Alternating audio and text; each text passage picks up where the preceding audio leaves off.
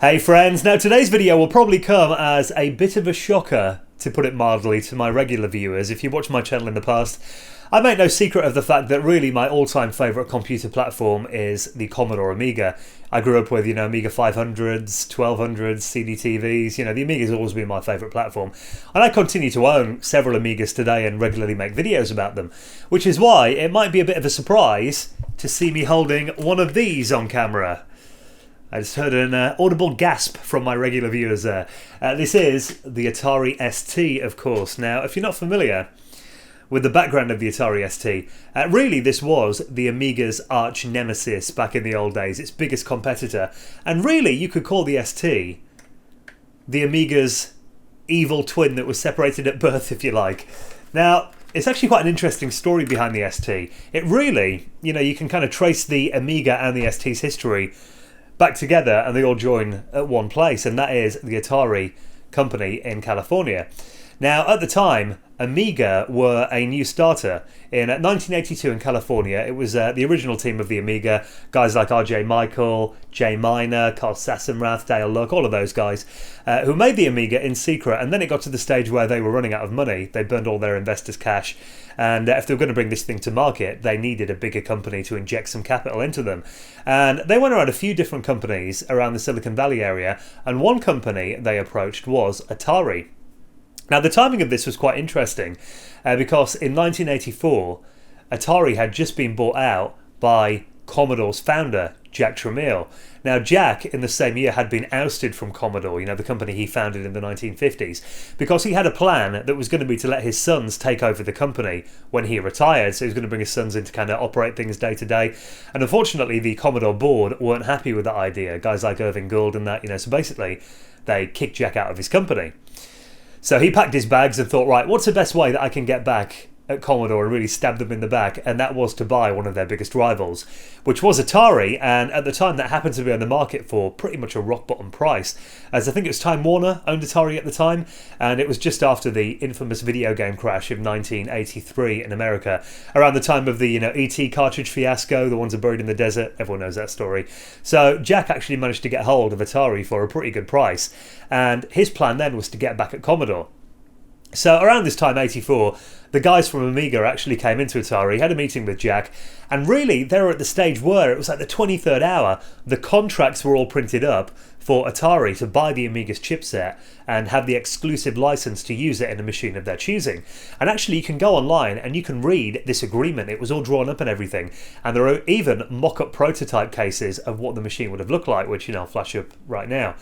Now, the machine was going to be codenamed the Atari Mickey, as at the time, Atari were doing quite a lot of work with Disney, so it was going to be the Mickey was the machine's code name. The RAM expansion was going to be called the Mini, like Minnie and Mickey Mouse.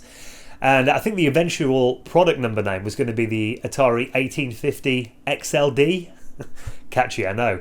But really that means, it was going to be a standard Atari model with their, numeric naming conventions they always had. The only difference is it would have had the Amiga chipset on board. So you may have had, an Atari with the green screen TOS operating system running the Amiga's custom chips, which is a little bit weird to think back on. Now, personally, at my school, back in the early 90s, everyone I went to school with either had, if it wasn't one of the consoles, like the Mega Drive or the Super Nintendo, it would be the Amiga. Everyone had an Amiga 500, 600 or a 1200, but I think there were two kids at my school who had Atari STs, and they would defend them, outright though, because the rivalry back then was so fierce. I mean, if you're one of my younger viewers, you think rivalry today between the PS4 and the Xbox One is bad.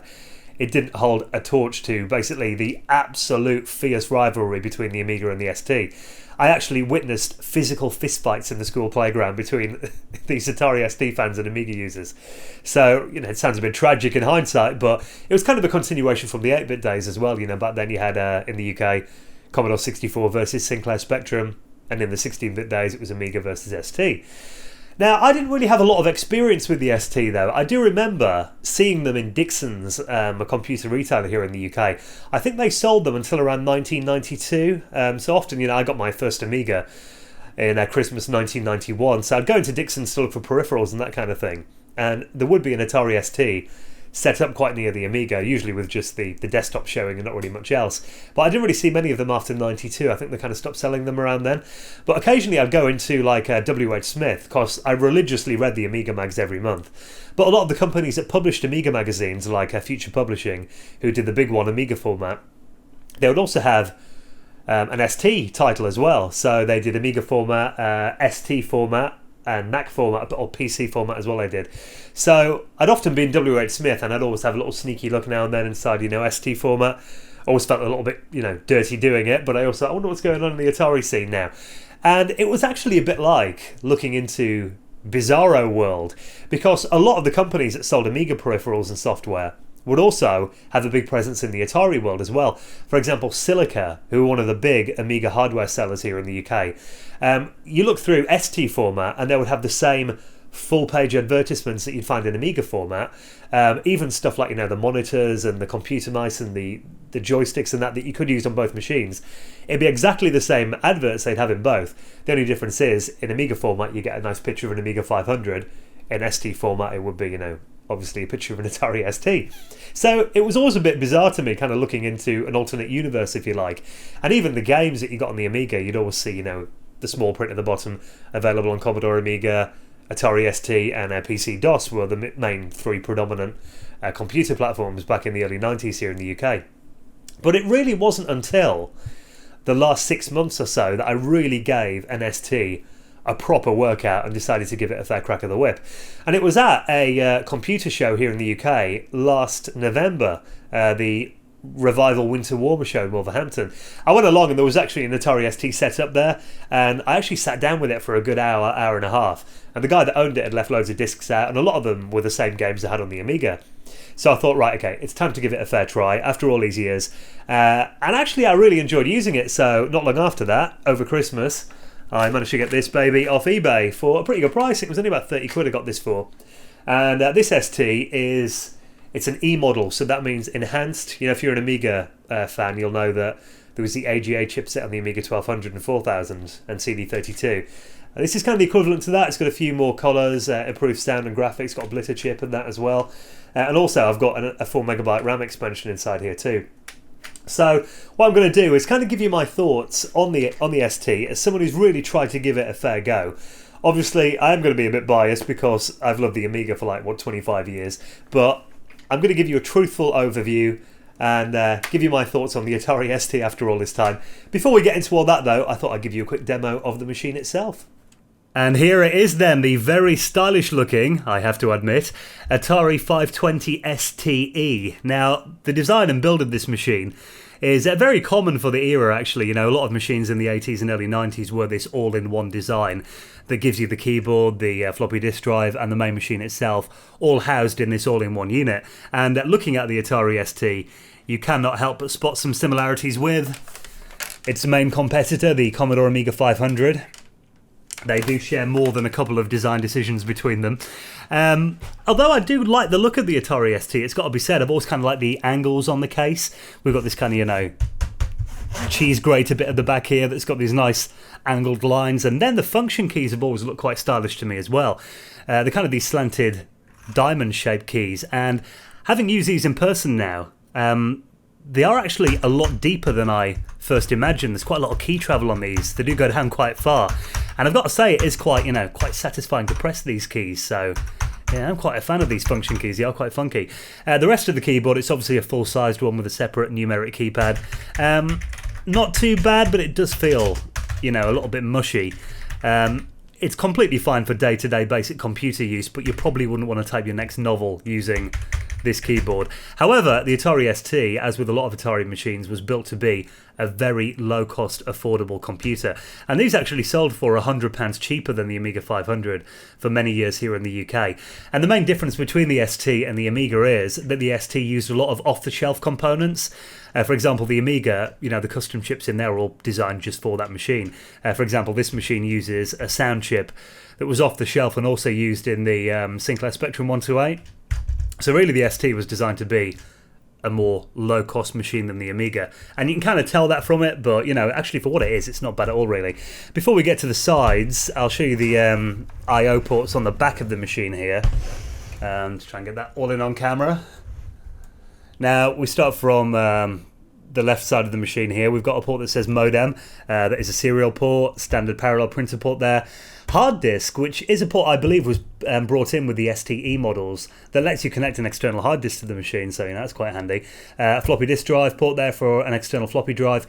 Television, so that's an RF modulator. Now there are several different versions of the Atari ST, and often they have little numbers after their model name. This one is the Atari STE. As I mentioned before, that stands for Enhanced. However, there are also the Atari STF and STFM. F stands for internal floppy drive, as the very early machines didn't have a built-in floppy disk drive, and the M stands for modulator. So if you want to ensure that you get one with a TV modulator, you'll want an STFM or the E models. However, in this day and age, next to nobody uses RF, as we know the quality is pretty ropey. It's a much better idea to use the monitor port here. Now, I think this is a custom port, but you can obviously make up your own cables pretty simply.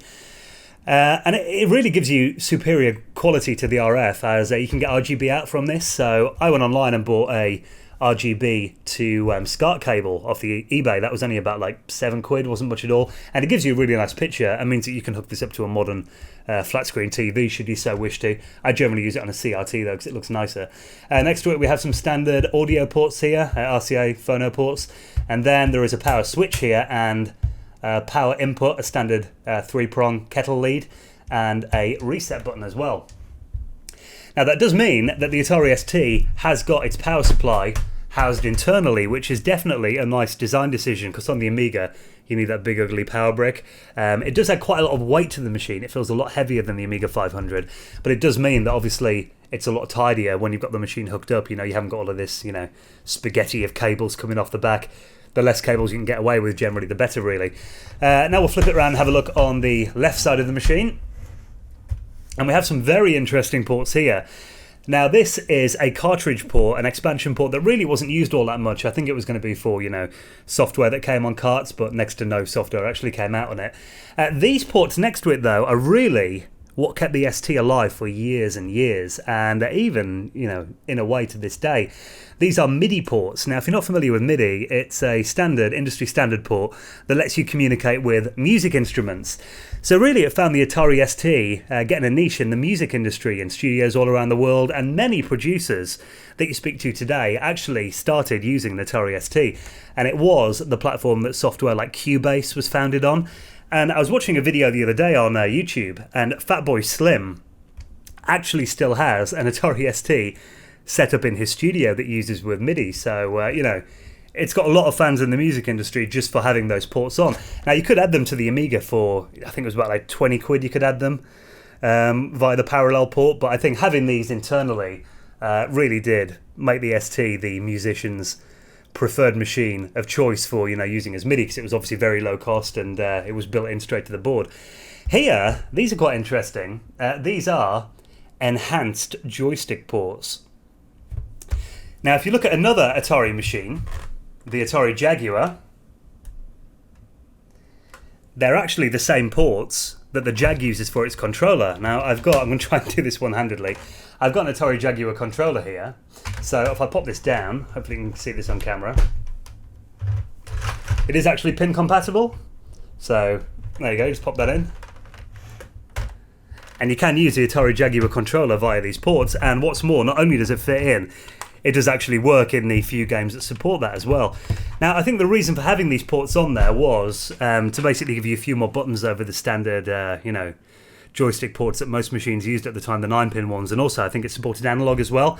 But you might be thinking, where are the actual joystick ports on this thing then? Well, that is probably the worst thing about the design of this machine. They are located on the bottom.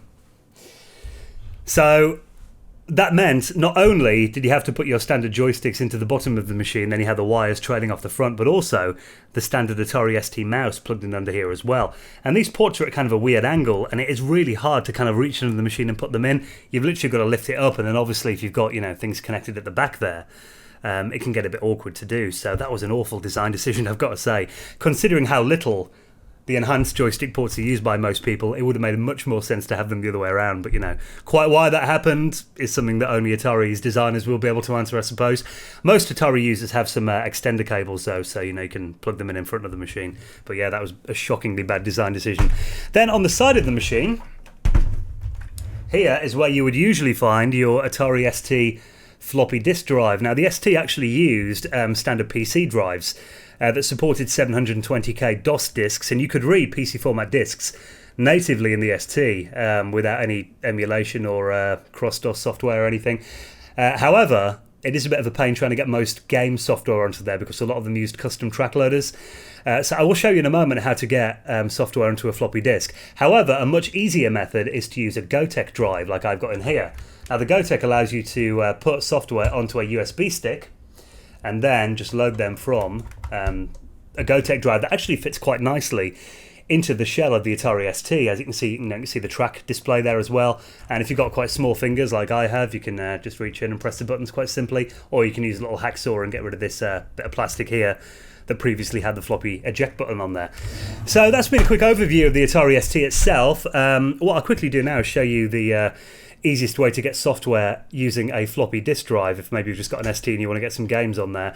And also, if you're interested, I will do a separate video on setting up the Gotek because there's not a lot of information out there on it actually. It's quite hard to track down. It is quite simple when you get it going. And also I'll demo using the Gotek in operation and a quick overview of the Atari's operating system. Now, if you want to write floppy disk images from the internet to actual floppies to play on your ST, the first thing you will need is an old PC with an internal floppy drive. Now, unfortunately, it does have to be a PC with a floppy drive header on the motherboard. You can't use a USB floppy for most of the game images. You actually need to use an internal floppy drive for it. But then you need a bit of software called the Floppy Imaging and File Transfer program. Now, most of the games that you download from the internet will be in .st format. So I've got a few of them here that I've downloaded. And then, literally, it's a case of just popping a disk into the PC drive and then selecting image to floppy on here. You can also do it the other way around as well. Some of the files you get will be in .msa format, but you can even convert them with this bit of free software as well. So literally it'll take like, a minute to write to a disk, and then you can pop it into your ST and it will boot as normal. Right, so here is the Atari ST all set up and powered on. I've got it hooked up to this really crappy LCD screen here. Usually I use it on a CRT monitor, but they don't come out all that well on camera, so I've grabbed that from the kitchen just for the purposes of this video. Now, this is the standard Atari ST mouse that you get with the machine. Now, it's obviously an old style ball mouse, and I've got to say, it is every bit as bad as it looks. Using this thing is awful. I find the responsiveness of it is really, really bad, and also it doesn't tend to know if I've clicked it a lot of the time. Might just be that I've got a bad example of it and it's quite old. However, you can use a much nicer mouse, for example this one here. And a lot of the mice that you bought at the time were actually compatible with the ST and the Amiga.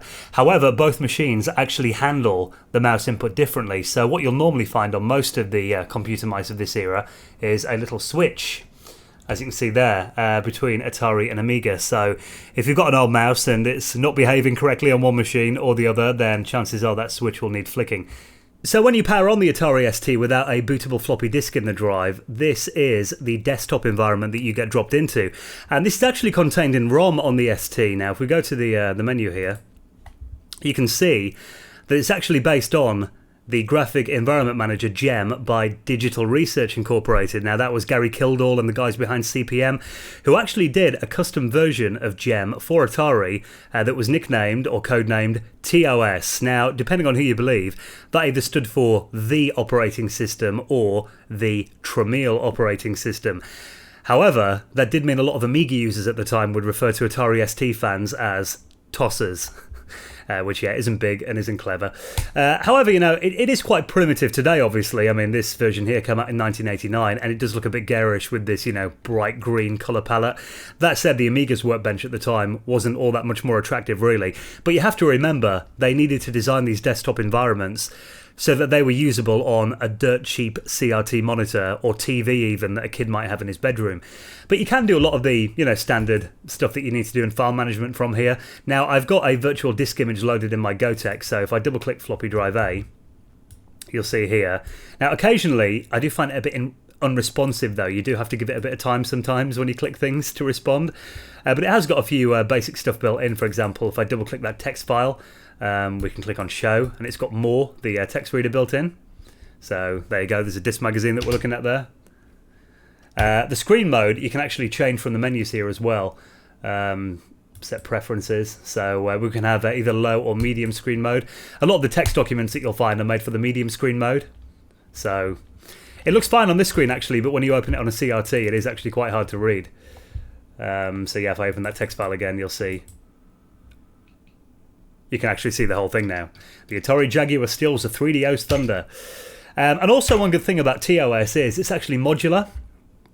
So what that means is you can have OS extensions on a floppy disk, and if you boot the system with that disk in the drive, you'll then get some extra options in the menus and extra preferences and that kind of thing. So it is quite cool that you can add stuff to it. Now if I reach inside my GoTech and flip it back to track 0, and then we'll reboot the ST either by holding down the reset button on the back, or you can do Ctrl-Alt-Delete from here, and you might be able to hear that buzzing sound now. My GoTech has actually got a little buzzer, a little speaker on board that emulates the sound of a floppy disk drive, which might sound a bit gimmicky, but actually it's quite handy to let you know if it's loading or not. So we want to have a look at the game. So what I'll do now is I'll go into the games directory, and these are a few images that I've downloaded off the internet. And this is really meant to be more of a hardware overview, but I thought I'd show you quickly a couple of the games that you might be familiar with. So let's have a quick look at James Pond 2. Now I've already got a disk image loaded, so if I press delete on the keyboard, and then I'll insert that, and we'll then press escape and F for fast boot, and that should then load up James Pond 2. There we go, we've got a cracked disk here, so we'll skip past the trainer.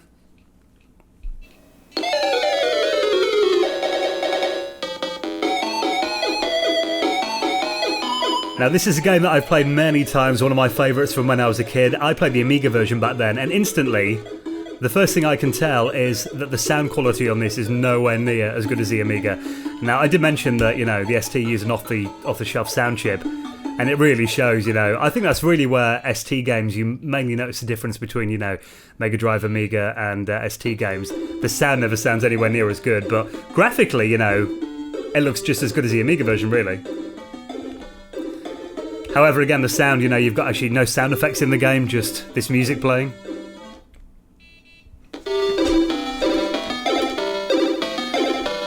And also I noticed the scrolling doesn't look quite as smooth as the Amiga either. It is a bit jerky when moving along, as you can see there.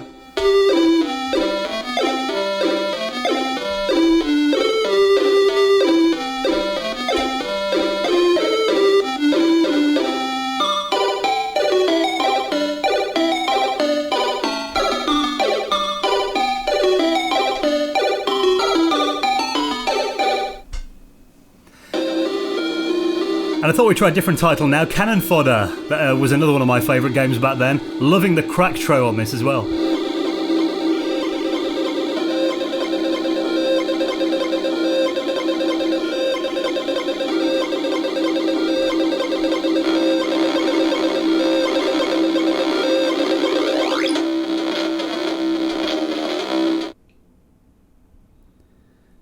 Now I'm guessing we won't get the sample speech in the intro theme tune.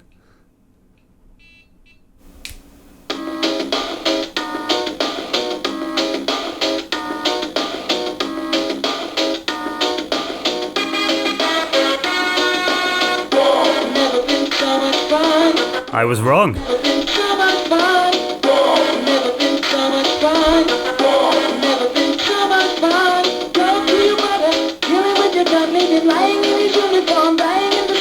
Now that is a commendable effort, I've got to say. I mean, it is slightly lower sample quality than the Amiga, but that actually sounded pretty close.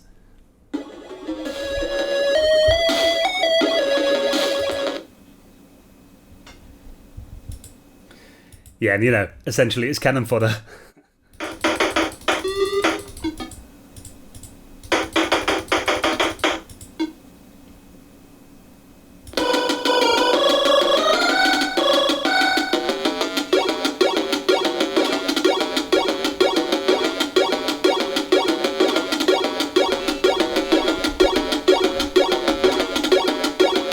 And I thought we'd try out Chaos Engine, another one of my favourite games from my childhood. And I've got to say, instant impressions of this, it actually looks really good. Comparable to the Amiga's OCS version, definitely. Again, it's really just the sound effects that, sound totally different.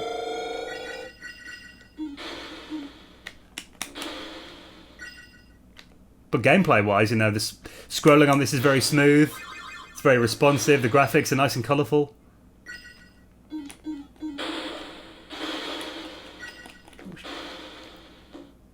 So my overall thoughts on the Atari ST. Well, I've got to say, I am really pleased that I did finally give this machine a proper try out, and I do now have one in my collection, as it was a machine that I was always very curious about. And obviously all the way through this video, there has been constant comparison to the Amiga, which I apologise if that got a little bit annoying at any point, but I did say right at the start that was basically going to be what this video was about, because as someone who grew up with the Amiga, the ST being its closest competitor, it was always going to be a comparison between the two for me. But having tried the machine out properly now, and having one in my collection, I can say that I am now the proud owner of an Atari ST. And I do mean that, actually. Consider me impressed with this machine.